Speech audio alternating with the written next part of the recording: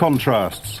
The African sun goes down in the bush, but it comes up on Nairobi, the capital, in the distance. In the bush, the birds of prey dominate the skyline. In Nairobi, skyscrapers attest to the thriving economy of the capital. London taxis are a throwback to the days of British colonial rule. And another legacy of empire is the sport of rugby union. Once the white man's sole preserve, but now a truly global game. And it is Nairobi which is the host for the second Tusker Safari Sevens. Leo Williams welcomes the teams. I have, on behalf of my colleagues in the Rugby World Cup and on behalf of my bosses at the International Rugby Board, a great pleasure in being here. I already feel very welcome.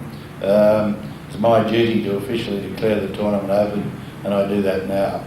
May the ball bounce kindly for each and every one of you, and make sure you enjoy the tournament. Thank you. As in last year's inaugural tournament, the venue is the East Africa RFU ground on the Ngong Road, and the matches were played over the weekend of the 28th and the 29th of June. 20 teams are divided into 4 pools of 5, with the top 2 from each pool going through to the quarter-finals. In Pool A, Public School Wanderers won the first Safari Sevens, and they began their defence with a comfortable win against the Uganda Wasps. Here's the first try for the Wanderers, a fine solo effort from Toby Watson. And after a few capricious bounces of the ball, skipper Dave Millard rounds off a successful opening for the British team.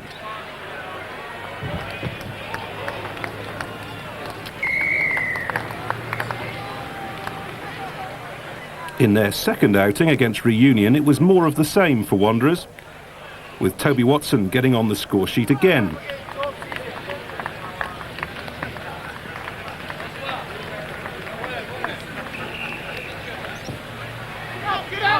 Well, Reunion came back with a try of their own, but from the restart kick, the ball goes straight to Mike Friday, who dots down unopposed.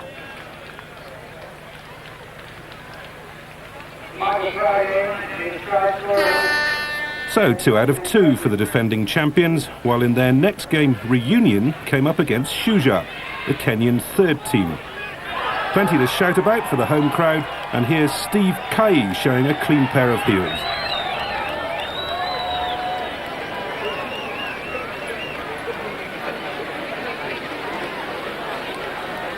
But the Kenyans didn't have it all their own way, and here's a lovely break by Jean-Denis Dufel.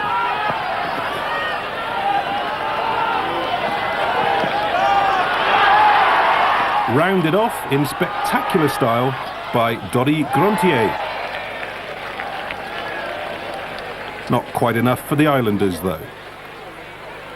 Now let's look at Public School Wanderers in their third match against the South African Airways Rainbows. A great start for the Rainbows.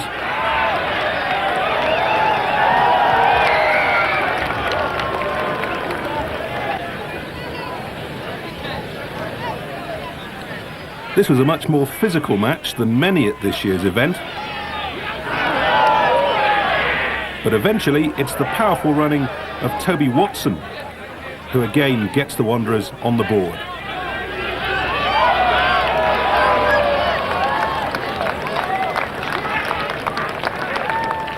Try number 2 for the Wanderers. Dave Millard starting events from his own 22.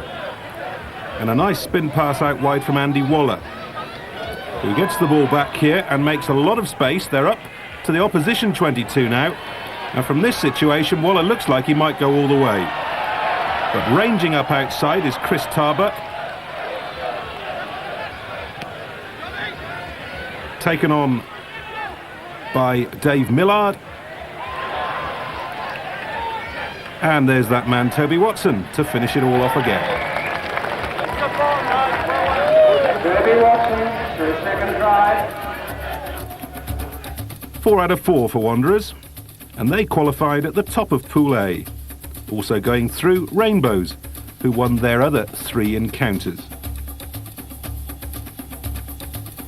Pool B next, and the English side Cumbria were the favourites to head it, But let's have a look first at Uganda against the Exiles. Uganda got on the board first, thanks to this fine run from Leonard Were.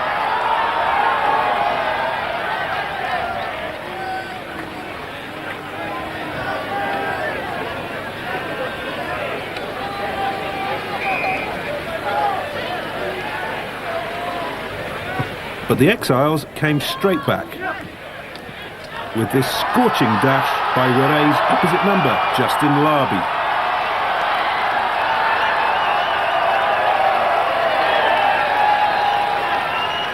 A very popular try, that one.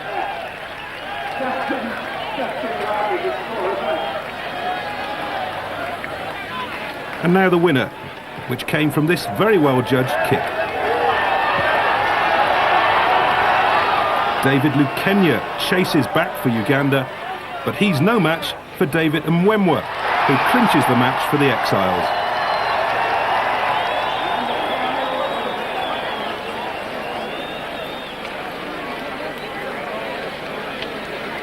Next up, our first view of another British side, Brigands, who proved to be too strong for Swaziland, who are wearing the quartered jerseys.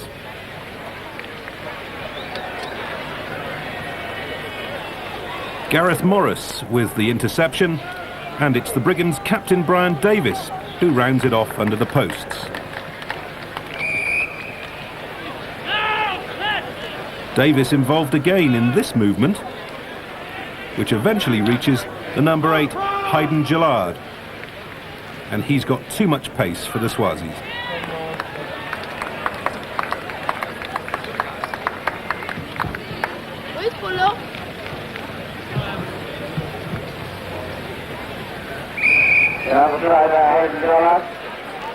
So a comfortable win for the Brigands, but their next encounter against Cumbria was a much closer affair. Cumbria in the blue shirts pinning the Brigands down under their own posts, but now some magic from Peter Roberts and the deadlock is broken. This was the first try of the second half, and it brought the scores level at 14-all. And as you can see, energy conservation is very important in a game that can be as exhausting as sevens.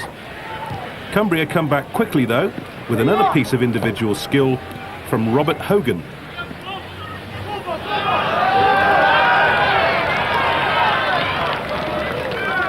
And with time almost up on the clock, Cumbria now lead by 21 points to 14. But a captain's contribution from scrum half Brian Davis, which was converted, tied up the scores. And that's the way it stayed. They couldn't separate them on the field, and it was the same story on the log, with Brigands and Cumbria going through to the quarter-finals from Pool B, and Cumbria's captain talked about a tournament of differing outlooks. Well, we can cope a lot better on the whole with the white teams, such as the public schoolboy second team, the Brigands, who we can, although that was the closest game as we drew it, but we always knew where they were because they play exactly the same game as us. The African teams play a completely different game to us. It's a lot more sort of hurried, relying on their fast men to run it round. Into Pool C, and a typical example of what James Cartnell was talking about, African rugby at its most expressive. A big win for the Scorpions, and here are two of the tries from the Kenyan second team. The first set up by this pass from skipper Talbot Onyango, and scored by Victor Minor. And the second, a strong solo effort by Onyango.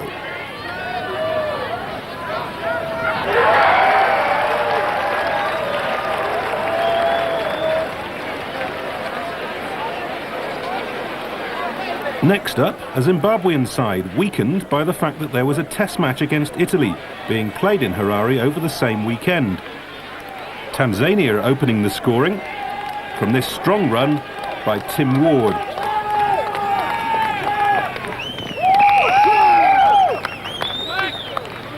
But after that, it was very much one-way traffic.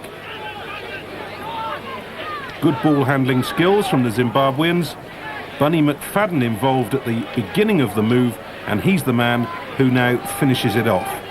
The captain of Zimbabwe showing he's got a little bit of pace.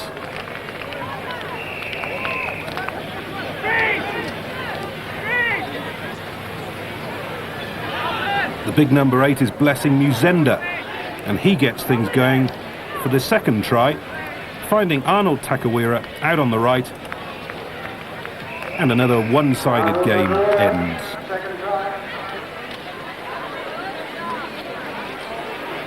Zimbabwe's next match, though, was a closer contest. They changed their shirts, but they still had too much to offer for Pirates. Here's Arnold Takawira racing in again.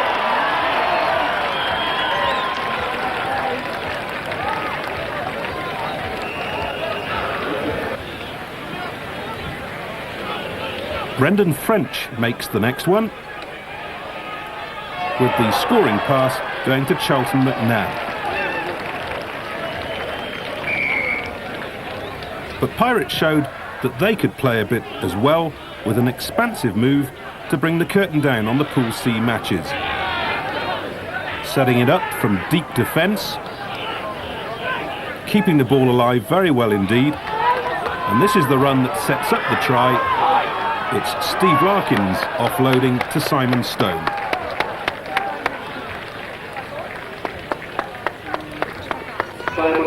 But it wasn't enough for Pirates, who came third in the log behind Zimbabwe and Scorpions. At the bottom of the log, King Cobras there were from New Delhi, and it was a sharp learning curve for them, but they will get better in the future. Pool D featured the Kenyan first team, who very quickly established themselves as one of the favourites to take the title. As you can see from this headline, the players were extremely confident, and they did not disappoint. The opening match against Mauritius was one-way traffic. This is Paul Marunga, showing that he's got 2 or 3 gears too many for the defence.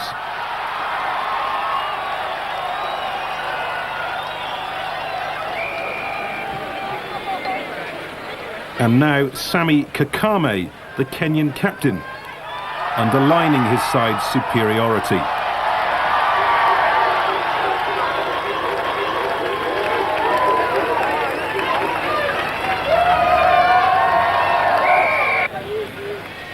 Well, Bristol University have been one of the strongest student sides in Britain for many years, and they were much too good for the Seychelles.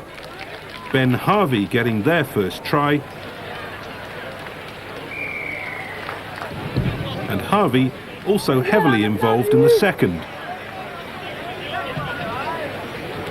There he is, sprinting down the right, makes himself available, a brilliant pass behind his back, and Ed Orgi is the man on the end of it.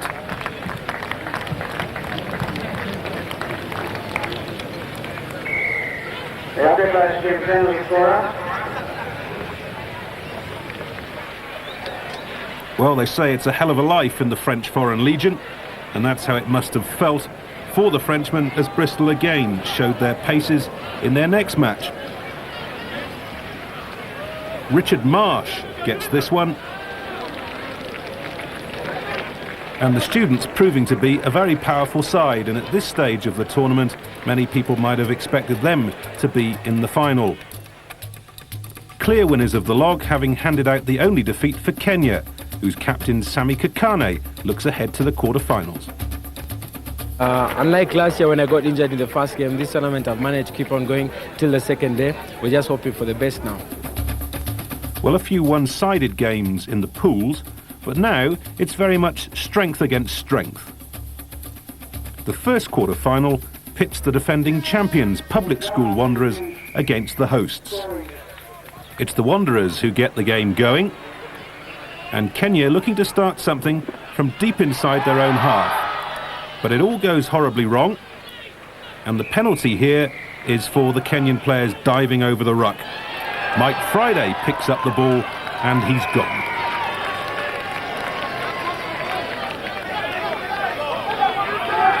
Kenya's first try came from the tournament's record try scorer Paul Marunga, who shows here that he's not only quick but very elusive. And that try coming on the end of a fine burst by Jeff Tolo. And it was Marunga who clinched the match for the Kenyans to end Public School Wanderers' hopes of a successful defence.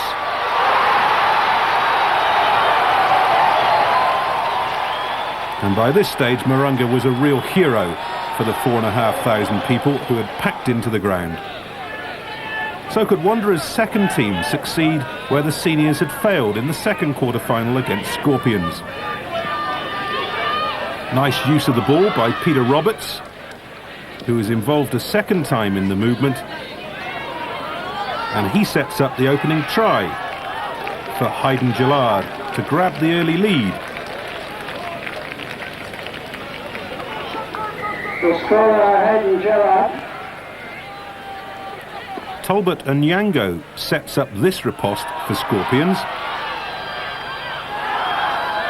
and the try scorer is Peter Gotha.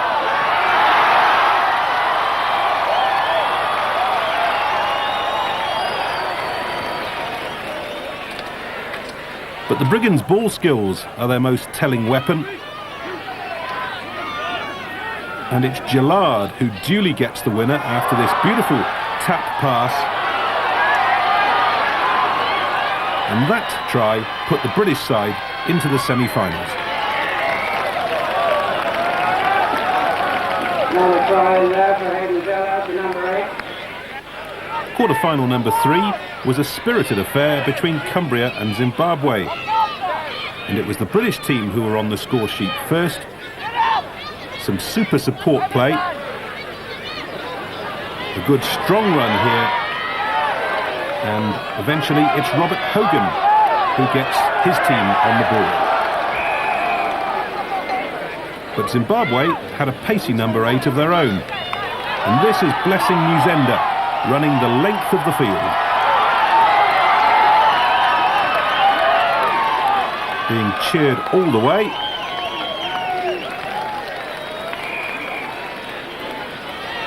Well, a real comedy of errors develops here as the match went down to the wire. And eventually, it's Richard Robinson's try which clinches the semi-final berth for Cumbria.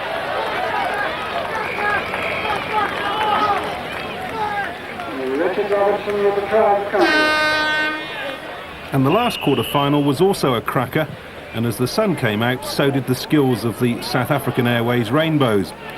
2 tries for Bristol in the first half, but from the restart kick for the second half, this lovely break by Marius Dobson, and Gareth Berger is the man who gets across for the try.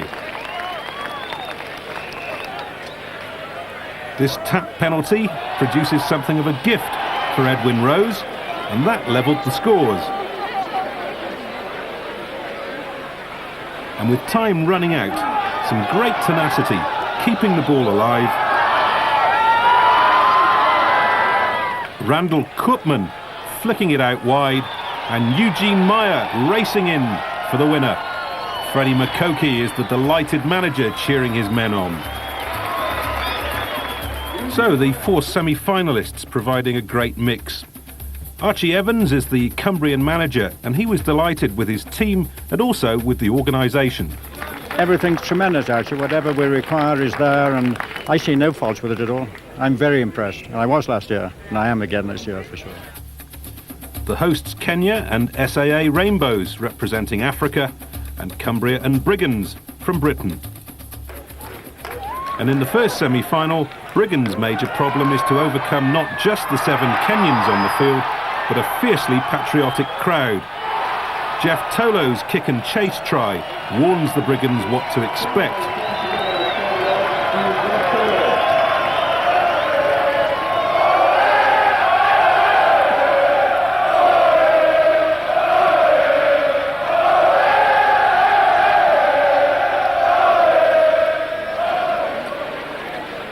Well, at least some of the crowd wanted Brigands to get back into the game, and this was their attempt at doing so. But Sammy Kakami is the man who really makes them pay for flinging the ball around with a certain amount of gay abandon, and he's got too much pace for the defence, and pace is what Kenya are all about.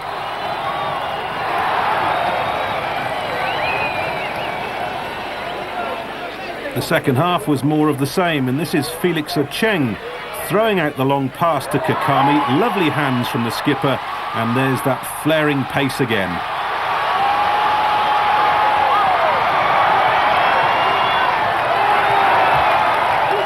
Like a matador with a bull, and Kenya are through to the final. Well, the second semi-final was a real nip and tuck affair, with the lead changing hands several times. This is the South African Airways number 6, Randall Koopman, getting in for the Rainbows, and that gave the scratch side from South Africa a 2-point lead. And it looked as if they were going to be the team to go through to the finals. The hooter has now gone. The referee is allowing this movement to reach its conclusion. Some really tenacious stuff from the North Country men. And right at the end, Matthew Cockett steals the match for Cumbria, and they are through to meet Kenya in the final.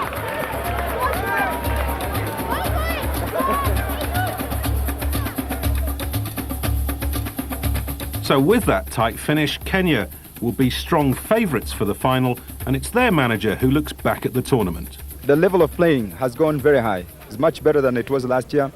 For my team, that is that last year we came in with no experience at all, not knowing, nobody knowing what's going to happen, how we compare with the other teams from outside. But since Safari Sevens last year, we have compared ourselves, we have learned from the other teams. Our trip to Scotland, to Dubai, has prepared us well. And this time, we're much more prepared than we were last year, and our levels of playing is very high. Well, before the final, let's look at the plate tournament and the final of that between Public School Wanderers and Bristol University. Your commentator is David Round Turner. Number 10 there is skipper of Wanderers, David Millard, played for the Barbarians in England. He's also a member of the Scottish Seven squad. And the referee, Mr. Tony Rowlands from Wales. The ball taken now by Mark Denny of Wanderers, of Bristol University, making a determined run. In fact, that is Alan Jim Jenner.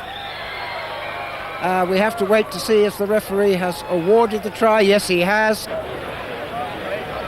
Tapped back by Bristol, away to the fly half. In comes Mark Denny again. Tries to weave his way through. Ben Harvey. Denny's away. And quickly through, he gets the quick ball through, but this man is held. Oh, and its try is awarded. David Jackson goes off. Tarbuck held, trying to get rid of it. Hurls a rather optimistic pass back, which is collected by Michael Friday, looking for a way round it, trying to outwit Mark Denny. You'll have to get up early in the morning to do that.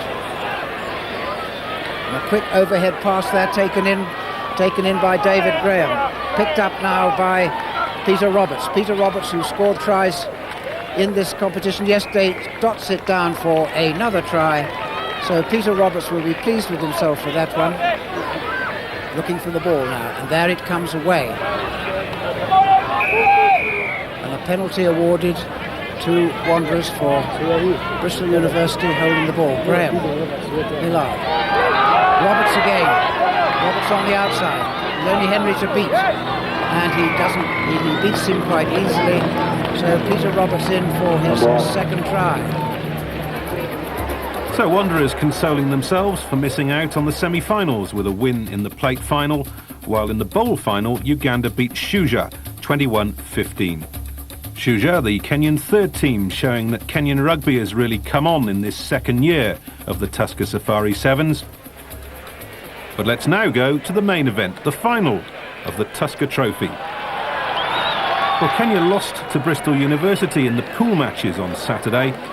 But of all the teams in Nairobi, they were the ones who learned most from their mistakes, and they grew as a team throughout the 2 days. In the final, they were much too good for Cumbria, and this is Jeff Tolo getting the first try of what was to prove an exciting afternoon for this very patriotic crowd.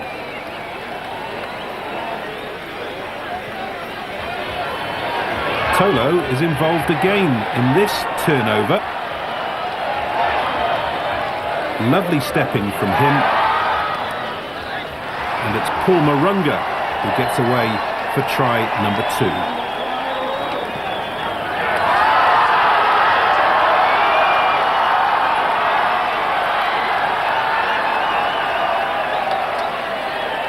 Well, now we see the value of quick scrum ball as Kakami puts the ball in and gets it away to Steve Kachuki, and he's in the clear.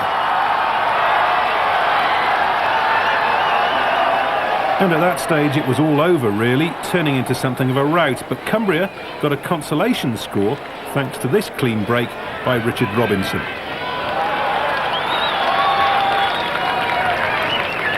The referee struggling to keep up with the pace of this final.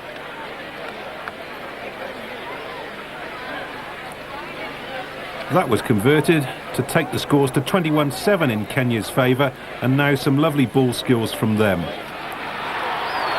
little dart there, and it's Kakani, the captain, rounding things off. And there's a rather lugubrious looking manager of the Cumbrian side who I think knows that he's run into something of a Kenyan whirlwind. Felix Ocheng with the pickup and a standing start, but look at that pace. Too much for Cumbria.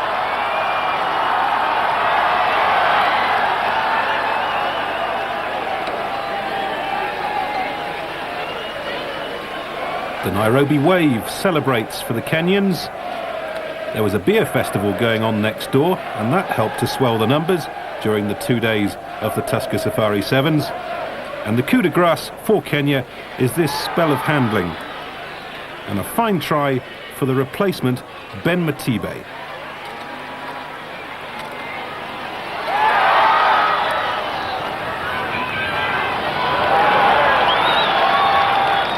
That one really brought the house down, and Kenya convincing winners.